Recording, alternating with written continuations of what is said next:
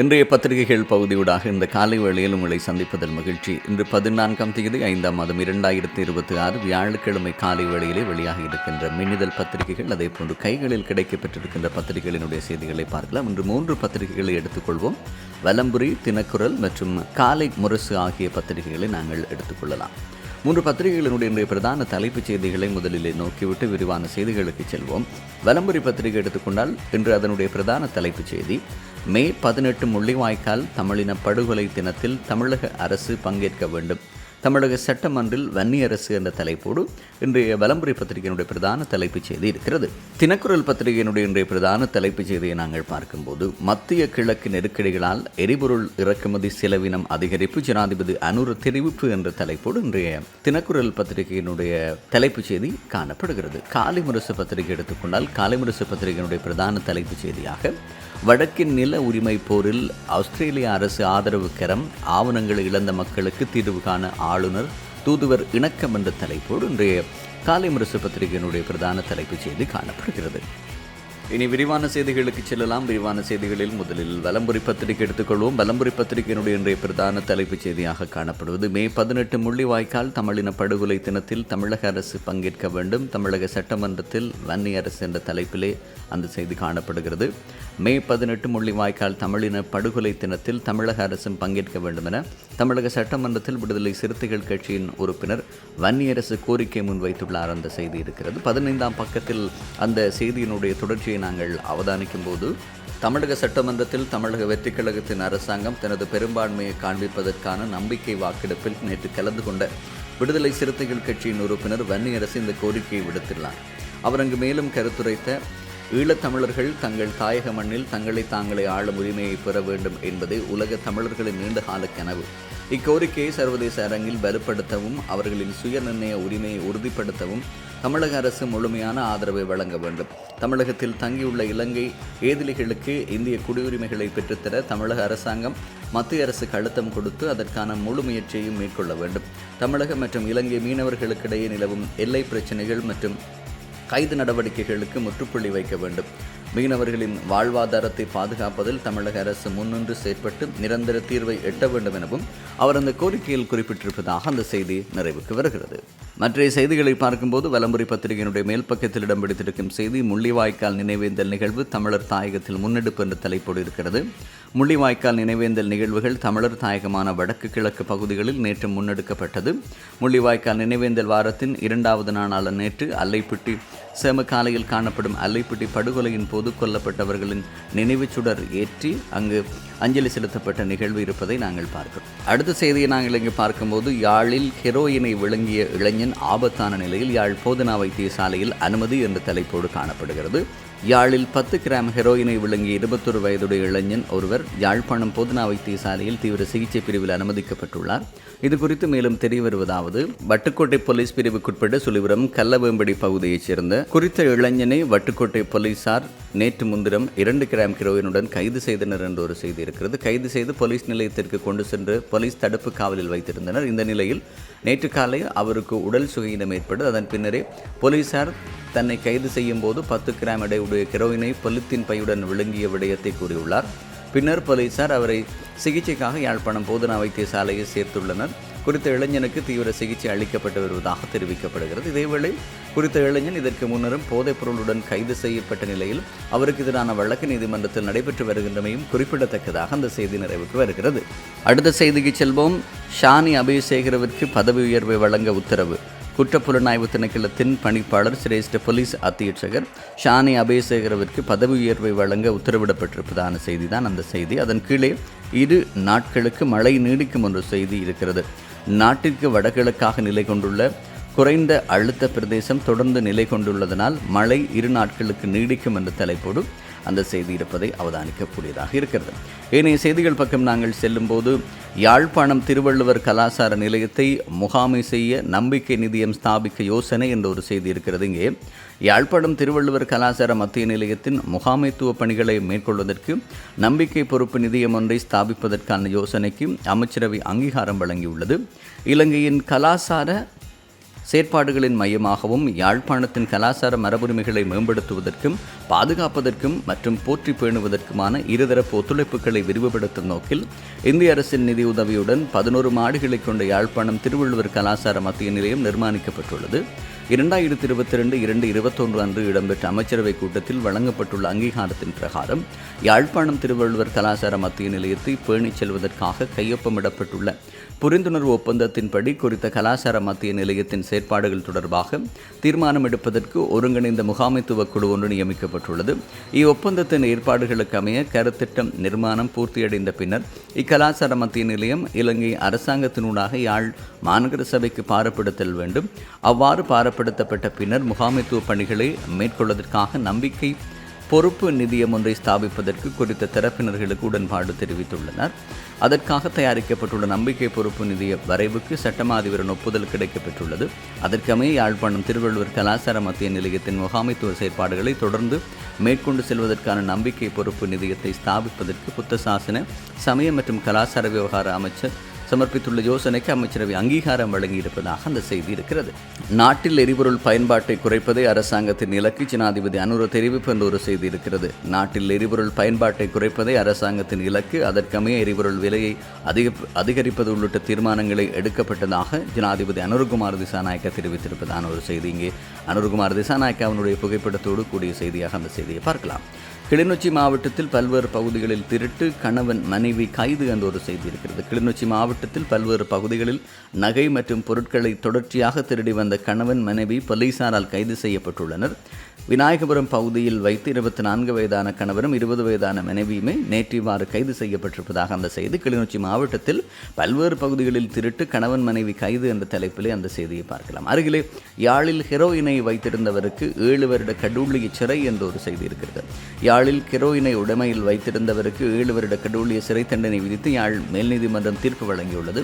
யாழ்ப்பாணம் தெல்லிப்பள்ளி பகுதியில் கடந்த 2021 மார்ச் மாதம் 1.44 கிராம் ஹெரோயின் போதைப்பொருள் உடைமையில் வைத்திருந்த குற்றச்சாட்டில் நபர் ஒருவர் கைதாகியிருந்தார். இது தொடர்பான வழக்கு யாழ் மேல் நீதிமன்றத்தில் நடைபெற்றது. குற்றஞ்சாட்டப்பட்ட நபருக்கு 7 வருட கடூழிய சிறை தண்டனை மற்றும் 1 லட்சம் ரூபாய் தண்டப்பணம் விதித்து யாழ் மேல் நீதிமன்ற நீதிபதி ஏஜி அலெக்ஸ் ராஜா தீர்ப்பளித்தார். மேலும் தண்டப்பணம் செலுத்த தவறும் பட்சத்தில் மேலும் 12 மாத கால சாதாரண சிறை தண்டனை அனுபவிக்க வேண்டும் எனவும் உத்தரவிட்டார் என்ற அந்த செய்தி நிறைவுக்கு வருகிறது. விளம்பர பத்திரிகையினுடைய முன்பக்கத்தின் இறுதிச் செய்தியை எடுத்து பார்ப்போம்.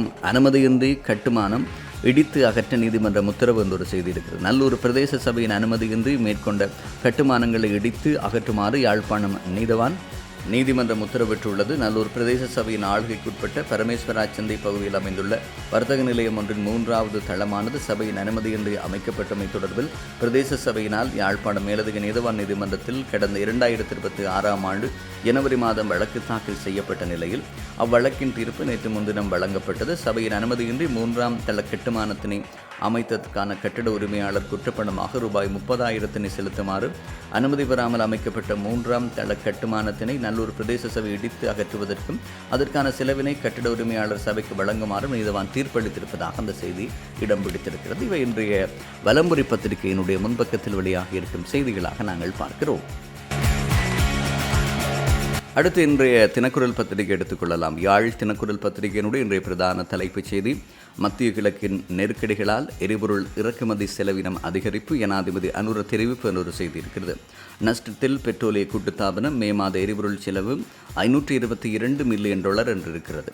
உலக சந்தையில் எரிபொருள் விலை அதிகரித்துள்ள நிலையில் 1 லிட்டர் டீசலை $720 விற்பனை செய்ய வேண்டும். ஆனால் மக்களுக்கு $392 விற்பனை செய்யப்படுகிறது. இதனால் பெட்ரோலிய கூட்டுத்தாபனம் நஷ்டத்தை சந்திக்கிறது. இதனை நீண்ட காலத்திற்கு கொண்டு செல்ல முடியாது என ஜனாதிபதி அனுரகுமார் திசாநாயக்கா தெரிவித்திருப்பதான செய்தியாகத்தான் அந்த செய்தியை பார்க்கிறோம்.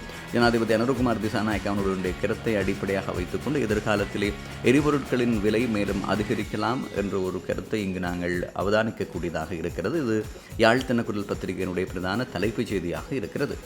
அதேபோல மேல் பக்கத்தில் 2026 ஆண்டின் வாகன இறக்குமதி அதிகரிப்பு. 2026 ஆண்டின் முதல் 4 மாதங்களில் 2,15,000 மேற்பட்ட வாகனங்கள் இறக்குமதி செய்யப்பட்டுள்ளதாக மோட்டார் வாகன போக்குவரத்து திணைக்களம் தெரிவித்திருக்கிறது. திணைக்கள தகவல்களின் பிரகாரமே இந்த வாகனங்களில் மோட்டார் சைக்கிள்களின் எண்ணிக்கை மிகவும் அதிகம் என்றும் தெரிவிக்கப்பட்டிருக்கிறது. நில உரிமைக்கு வடகிழக்கு மக்கள் ஒன்றாவது அவசியம். கிழக்கு நில மீட்பு வலையமைப்பு வலியுறுத்தல் என்ற ஒரு செய்தி இருக்கிறது. இங்கே வடகிழக்கில் மாகாணங்களை இணைக்கும் வகையில் நில மீட்பிற்கான ஒருங்கிணைப்பின் செயற்பாடுகள் அவசியம் என கிழக்கு மாகாண நில மீட்பு வலையமைப்பு வலியுறுத்தி இருப்பதாக அங்கு நடைபெற்ற கூட்டம் ஒன்றில் தெரிவிக்கப்பட்ட கருத்தோடு அந்த புகைப்படத்துடன் கூடிய செய்தியாக அந்த செய்தியை அவதானிக்கலாம். அதன் கீழே அஸ்வெசும பயனாளிகளுக்கு 2 தடவைகள் கொடுப்பனவு என்ற ஒரு செய்தி இங்கே இருக்கிறது. தொழில்நுட்ப கோளாறை காரணமாம் என்ற ஒரு செய்தி இருக்கிறது. சித்திரை புத்தாண்டுக்கான விசேட நிவாரணம் கொடுப்பனவை விநியோகிக்கும் போது ஏற்பட்டிருந்த தொழில்நுட்ப கோளாறு காரணமாக 2 தடவைகள் கொடுப்பனவுகள் மேற்கொள்ளப்பட்டிருப்பதாக அந்த செய்தி இருக்கிறது. அந்த செய்தியை நாங்கள் சற்று விரிவாக அவதானிக்கும் இடத்து அஸ்வெசும 2 தடவைகள் வழங்கப்பட்டிருப்பதான செய்திதான் அந்த செய்தி. இயந்திர கோளாறினால் சுமார் 50,000 அஸ்வெசும பயனாளிகளுக்கு 2 முறை கொடுப்பனவு வழங்கப்பட்டமை உண்மை என்பதை நலன்புரி நன்மைகள் சபை உறுதிப்படுத்தியுள்ளது. இது தொடர்பில் நலன்புரி நன்மைகள் சபை வெளியிட்டுள்ள அறிக்கையில் மேலும் கூறப்பட்டுள்ளதாவது, சுமார் 9.7 பில்லியன் பயனாளிகள் குடும்பங்களுக்கான நிவாரண கொடுப்பனவுகளை ஒருங்கிணைந்த நலன்புரி நன்மைகள் தகவல் அமைப்பின் வெளியே கைமுறையாக முன்னெடுத்த போது ஒரு கோப்பு தவறுதலாக 2 முறை இலங்கை வங்கிக்கு பதிவேற்றப்பட்டதால் இந்த தவறு நிகழ்ந்துள்ளதாக அந்த செய்தி இருக்கிறது. ஏப்ரல் மாதத்திற்கான வழக்கமான அஸ்வெசும கொடுப்பனவுகள் ஏப்ரல் 10ஆம் தேதிக்கு வெற்றிகரமாக வழங்க முடிக்கப்பட்டது. மத்திய கிழக்கு மோதல்களால் ஏற்பட்ட பொருளாதார நெருக்கடியை கருத்தில் கொண்டு ஜனாதிபதியினால் பாராளுமன்றத்தில் அறிவிக்கப்பட்ட விசேட புத்தாண்டு நிவாரணத்தின் கீழ் பின்வரும் தொகை ஒதுக்கப்பட்டது. இதன் அடிப்படையில் மிகவும் ஏழ்மையான குடும்பங்களுக்கு 7,500 ரூபாவும், ஏழ்மையான குடும்பங்களுக்கு 5,000 ரூபாவும், பாதிக்கப்படக்கூடிய குடும்பங்களுக்கு 2,500 ரூபாவும் மேலதிகமாக வழங்க அரசு தீர்மானித்த நிலையிலே தற்போதுள்ள ஒருங்கிணைந்த நலன்புரி நன்மைகள் தகவல் அமைப்பினால் ஒரே மாதத்தில் 2 வெவ்வேறு கொடுப்பனவுகளை செயற்படுத்த முடியாது. இதனால் புத்தாண்டுக்கு முன்னர் பணத்தை வழங்க வேண்டும் என்ற நோக்கில் தகவல் தொழில்நுட்ப மற்றும் நிதி பிரிவுகள் இணைந்து கைமுறையாக கோப்புகளை தயாரித்தன. இதன்போது ஒரு கோப்பு தவறுதலாக 2 முறை பதிவேற்றப்பட்டதால் ஏழ்மையான மக்களை கொண்ட பிரிவுக்கு 49,759 பயனாளிகளுக்கு 2 முறை பணம் கிடைத்திருப்பதாகவும் இந்த தவறு கண்டறியப்பட்டது மேலதிக கொடுப்பனவுகளை முடக்க சபை நடவடிக்கை எடுத்திருப்பதாகவும் அந்த செய்தியை நாங்கள் பார்க்கக்கூடியதாக இருக்கிறது. அஸ்வெசும பயனாளிகளுக்கு 2 தடவைகள் கொடுப்பனவு தொழில்நுட்ப கோளாறை காரணமாம் என்ற ஒரு செய்தி இருக்கிறது. போலீசார் கைது செய்ய முயன்றதனால் போதைப் பொருளை விழுங்கிய இளைஞன் ஆபத்தான நிலையில் என்ற ஒரு செய்தி இருக்கிறது.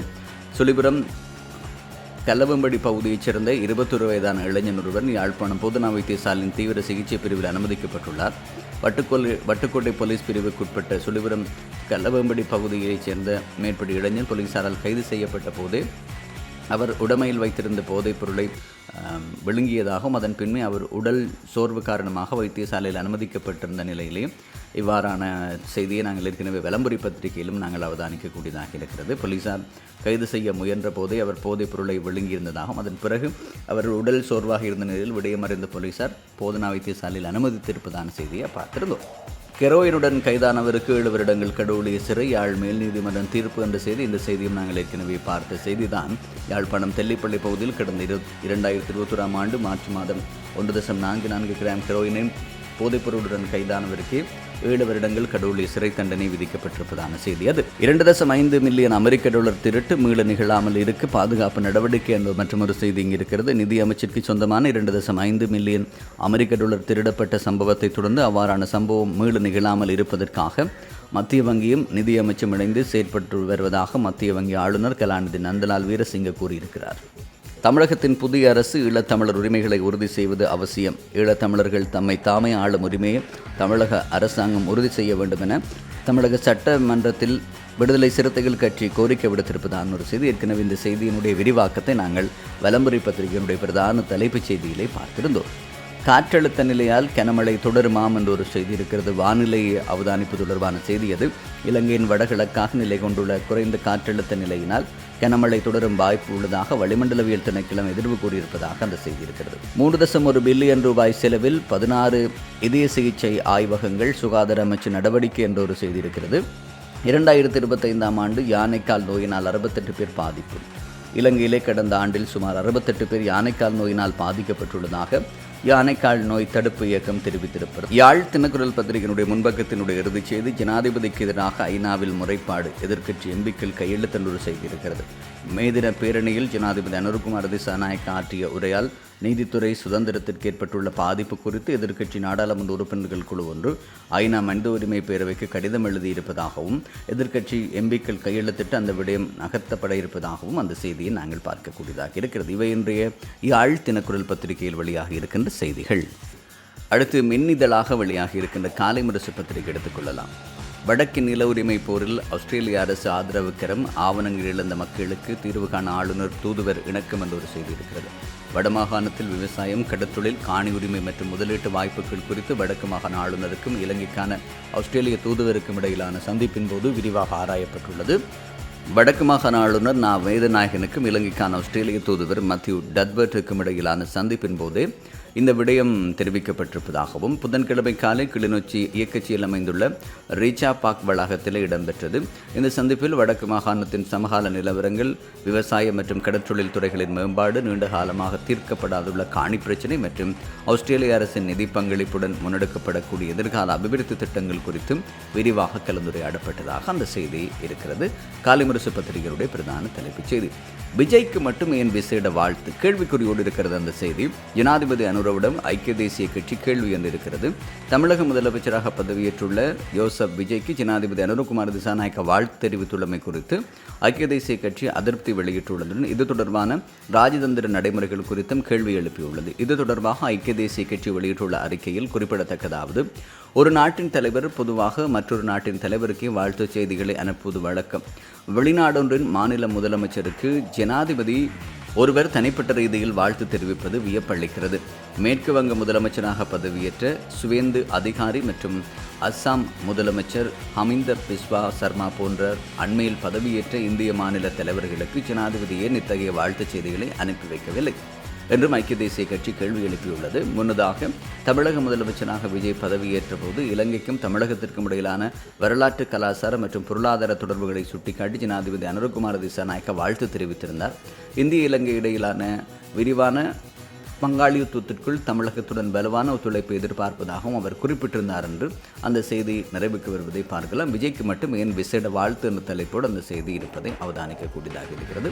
முன்னாள் அமைச்சருக்கு எதிரான நிதி மோசடி வழக்கு ஒத்திவைப்பு என்ற ஒரு செய்தி இருக்கு. பெட்ரோலிய கூட்டுத்தாபனத்திற்கு சொந்தமான 61 லட்சம் ரூபாவிற்கும் அதிக நிதியை மோசடி செய்ததாக தொடரப்பட்ட முன்னாள் அமைச்சர் அனுர பிரியதர்சனயாப்பா உள்ளிட்ட 7 பேருக்கு எதிரான விசாரணை எதிர்வரும் ஜூன் மாதம் 19ஆம் தேதிக்கு ஒத்திவைப்பதாக கொழும்பு மேல்நீதிமன்றம் தீர்ப்பளித்திருப்பதாக அந்த செய்தியை பார்க்கக்கூடியதாக இருக்கிறது.